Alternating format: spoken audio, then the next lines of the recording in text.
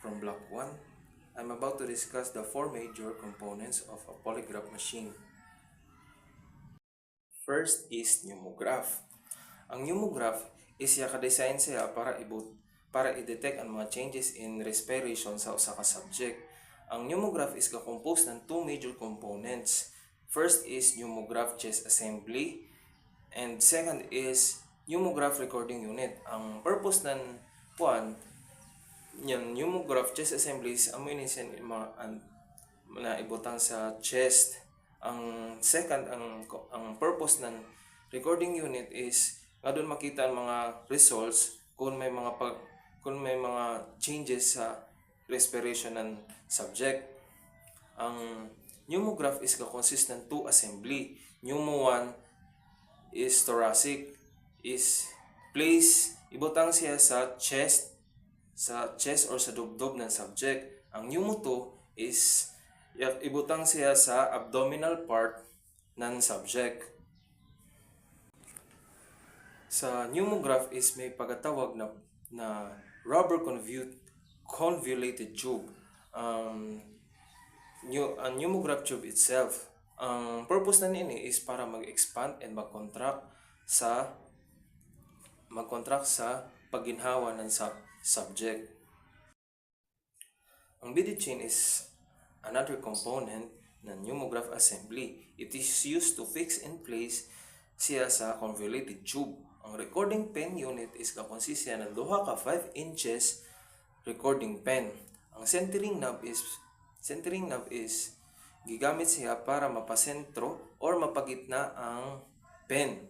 Ang sensitivity knob is gigamit siya para ma-adjust ang desired size ng tracings. Ang vent is pagagamit siya para i-release ang excess pressure na gikan sa system. Ang pneumo module is yakalocate siya inside sa instrument.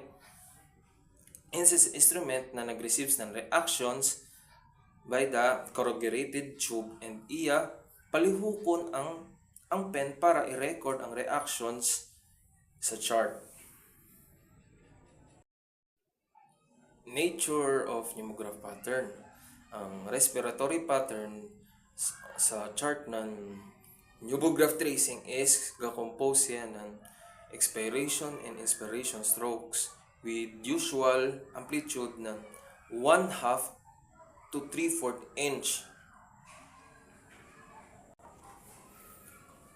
Ang expiration and inspiration stroke is gi-combine siya para ma-compromise into one complete respiratory cycle.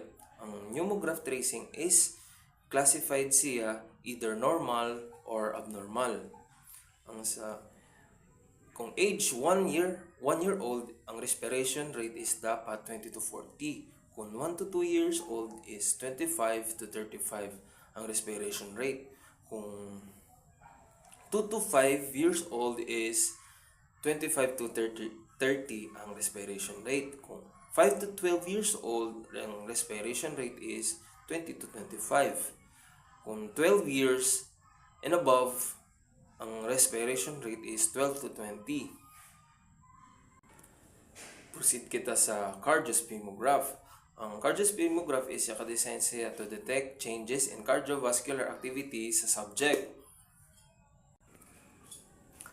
Sa cardiosphygmograph is i-monitor niya ang changes in blood pressure and also sa pulse rate. Parts of cardiosphygmograph. First is blood pressure cuff. Blood pressure cuff is yaka-attach siya sa upper right arm ng subject above sa brachial artery. Sphygmomanometer is gigamit siya para indicate ang amount of air pressure na yaka-inflate sa system. Usually, 60 millimeters of mercury ang gamiton kung ang subject is male. Recording pen unit is 5 inches in length. Air pump or pump valve is yaka-design siya para to supply air or hangin sa system. Cardio module. Cardio module is located inside the instrument na nag-receive ng reactions na detected ng blood pressure cuff and iya palihukon ang pen para i-record ang reactions on the chart. Ang sensitivity control is gigamit siya para ma-adjust ang desired size of tracing. Centering control is yaka-design siya para ma-center ang pen on the chart. Ang vent is gigamit siya para ma-release ang excess pressure na gikan sa system. Cardiospimograph is nag-provide siya ng record of following. First is relative blood volume or pressure. Nag-consist ng diastolic blood pressure and systolic blood pressure. 2 is pulse amplitude. Third is pulse rate. Nature of cardiospimograph pattern. Sa ang sensitivity ng heart during sa pag-questioning na yaka-record na as shown in cardiotracing. Sa cardiopen is recorded niya ang systolic stroke and diastolic stroke na it has 72 to 80 beats per minute.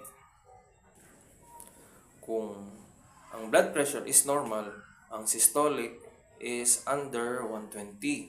Kung diastolic is under 80. Kung pre-hypertension, ang systolic is 120 to 139. Ang diastolic is 80 to 89. Kung hypertension, ang systolic is 140 to 159. Ang diastolic is 90 to 99. Kung hypertension, stage 2, above 160 niya systolic. Kung diastolic is above 100. Kung hypertensive crisis, above 180 ang systolic and diastolic is above 110. Galvanograph. Ang galvanograph is yaka-design siya para i-detect ang changes in skin resistance ng subject. Ang electrodes is yaka-attach siya sa index finger and sa ring finger ng subject.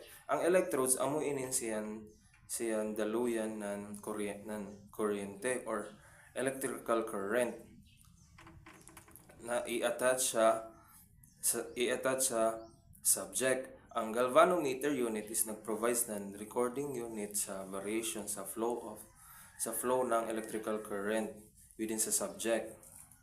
Ang parts of galvanograph: finger electrode plate retainer bond is yaka-attach siya sa index and ring finger ng subject. Ang connecting plug is yaka-attach siya sa system sa instrument. Ang recording pin unit is usually 7 inches siya. Ang amplifier unit is amuinin siyan yag support or yag kuanan nan electrical current sa galvanometer para i-convert to mechanical current. Ang sensitivity control is gigamit siya para ma-adjust ang design ng size ng tracings. Ang centering control is yaka-design siya sa center ng pen, ang chart. Ang GSR module is yaka-locate siya inside sa instrument na nag-receives ng reactions na detected sa finger electrodes and iya i-move ang pen para ma-record ang mga reactions sa chart. Last is chemograph. Ang chemograph is nag-refer sa chart drive module. This is amuinin siya ng motor na nagbera sa drive ng charts ng papers under sa recording pen at the same rate ng 6 to 12 inches per minute. Ang chart polygram's roll is about sa 100 feet long and 6 inches in width with 1/2 margin apart. Ang paper is imprinted with horizontal lines spaced to 1/4 inch interval and vertical lines at 1/10 inch interval with heavy line. 1/2 interval. Each 1/2 inch division across the paper signifies 5 seconds at times. Pulse rate is pulse rate per minute is kinakalculate siya then i-multiply sa number ng beats na i-count into 1 division by 12. Ang parts of chemograph. Sa parts of chemograph, there ay chart is approximately 100 feet. 100 feet rolled graph paper. So, with approximately 1/4 inch horizontal divisional and 1/2 inch vertical division equivalent to 5 seconds run. Cutter bar. Cutter bar is gigamit siya para pag-cut ng paper at the end ng pang-cut ng papers at the end ng test or pagkahuma ng test. Rubber roller. Ang rubber roller is responsible para sa pagbira ng paper out of machine. Ang pen table is flat portion siya kung where ang pen writes chart. Ang paper roll guide is yakaserve siya para sa security for sa mga unnecessary movement sa chart paper para ensure ang paper forward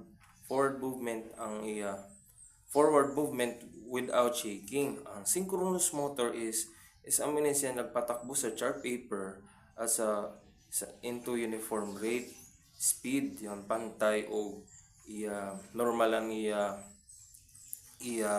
tracings or recording regardless sa voltage change. Ang pen and inking system is siya provide ng permanent record ng test. Ang capillary ink is water-based ink na nag-intend para sa polygraph instruments. Phases of polygraph examination. Ang first phase ng polygraph examination is ang preliminary phase. Sa preliminary phase is i-review ang case facts o tanaw ng background ng subject. I-explain sa ang process ng polygraph examination, i-explain sa ang polygraph machine or instrument, o i-explain sa ang rules sa polygraph examination. Build report, ila para makuha ang loob ng subject o para dili siya mag-alinlangan sa pag-undergo sa polygraph examination o para ma-obtain sa ang consent ng subject na mag-undergo siya sa polygraph examination. I-inform sa ang iya mga katungod during sa polygraph examination. I-discuss sa subject ang mga questions na ihatag sa iya.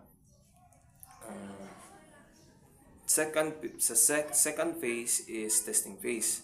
Testing phase is i-attach na ang sensor sa lawas ng subject. Stimulation test is para i-prove na ang polygraph machine is mugana. Actual test is pagpangutanan ng mga control questions and relevant questions ug i-record ang body reactions ng subject.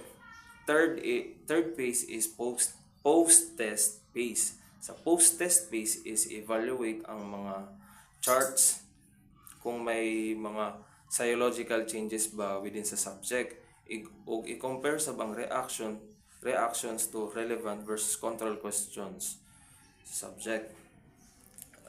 Rich opinion is ang no deception indicated kung waray deception na indicate o kung deception indicated kung may indicate ba na deception or inconclusive.